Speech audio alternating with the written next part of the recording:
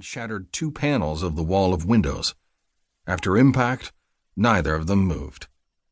Annie screamed, drawing the muzzles of 2 rifles in her direction. "Shut up!" one of the invaders ordered. "Shut up now, or shut up forever!" Annie clasped her hands over her mouth as if it were the only way to halt the sound. "Your friends were stupid," the invader yelled to the guests who remained in the bar. "They didn't listen, and now they are dead. Do exactly as I say, and the same will not happen to you." Tyler nudged Annie with his raised elbow. "Put your hands up," he hissed. They moved from her mouth and stretched high over her head. At first, Tyler thought that maybe she was mocking the terrorists with such an absurd stretch, but then he realized she was just that terrified. "Up!" the same invader commanded, gesturing with the muzzle of his gun. Since he was the only one talking, Tyler figured him to be the man in charge. "All of you, stand where you are, next to your chair. Ladies, leave your purses and handbags where they are." "What are you going to do?" asked another lady who was perched at the bar. One of the silent attackers whirled on her and fired a single bullet into the front panel of the bar, missing her by only an inch or 2. "That wasn't bad marksmanship," the leader said. "That was a warning to listen carefully and to keep your mouths shut. Now please stand, everyone, so I don't have to make you fall.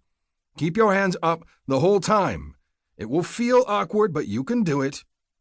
Awkward didn't touch it. As Tyler slid from his elevated stool and tried to push it back with his butt, it toppled with a clatter and a slam. He jumped, but his captors did not. Apparently, they'd been expecting that. Other chairs toppled as well, but everyone complied. "Well done," the leader said. "Now, gentlemen, I want you to move very deliberately and carefully to turn out your pockets. I want it all. Wallet, keys, cell phones, cameras, and even your wristwatches. Pretend that you are naked, but with clothes. You will be searched afterward, and you do not want to be found non-compliant with this." Tyler complied, placing his wallet, room key, and phone on the bar table, then raising his hands again. When the men were done, the lead terrorist said, "Ladies, the rules are the same for you. If your items are all contained in your purses, then you are done for now. If you have items in your pockets, empty them." Tyler shot a look to Annie, who shook her head. She had nothing. "You're doing very well," the leader said. "Now, I want you all to move to the center of the room and join together." He motioned to a spot near the center of the wall of glass doors. As Tyler's heart hammered, he felt his face flush. They were being herded into a smaller target. They'd taught him some of those terror tactics at Wilmot Academy, not as a lesson on what to inflict, but rather as a lesson on what to avoid. They were quickly reaching the point of no return, yet it would be foolish to even think about running or fighting. A simple glimpse at the bloody corpses on the floor was testament to that. Compliance was the only option. Victimhood. This was really, really bad. When everyone was in the proper spot, the invaders pressed them progressively tighter into each other until they were touching shoulder to shoulder or chest to chest. Tyler counted 8 of them altogether, and of the crowd he and Annie were the youngest by at least 10 years. Beyond the shattered doors, somewhere out in the night, more gunshots rattled the stillness. The hostages, is that what they were now? All jumped, but no one screamed. A lesson well learned.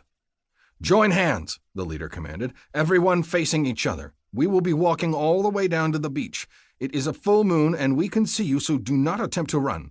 If one of you tries to run, I will shoot the entire group. Do you understand? I expect an answer." About half of them said, "Yes," and the other half mumbled some version of, "I understand." But everyone answered, and no one said no. Tyler gripped Annie's hand in his own left, while a sweaty fat guy did his best to crush his right. Tyler nudged the guy and said, "Lighten up, that hurts." When the guy failed to respond, he just kept his eyes locked to the front. Tyler rattled the guy's hand to get his attention. When Hand Crusher's gaze shifted, Tyler whispered, "You're hurting me. Ease up." This time, the pressure eased. "No talking!" the invader snapped, and Tyler felt a surge as someone pushed the group forward. The doors from the lobby bar led to the expansive veranda with its slate floors and gorgeous wicker furniture. Only 5 hours before, Tyler and Annie had enjoyed evening cocktails before dinner there. 2 hours before that, the maitre d' had sheared the neck off a bottle of Dom Perignon as part of the resort's famous evening ritual. Tyler found himself walking in shuffling half-steps amid the crowd, the only way to keep his balance.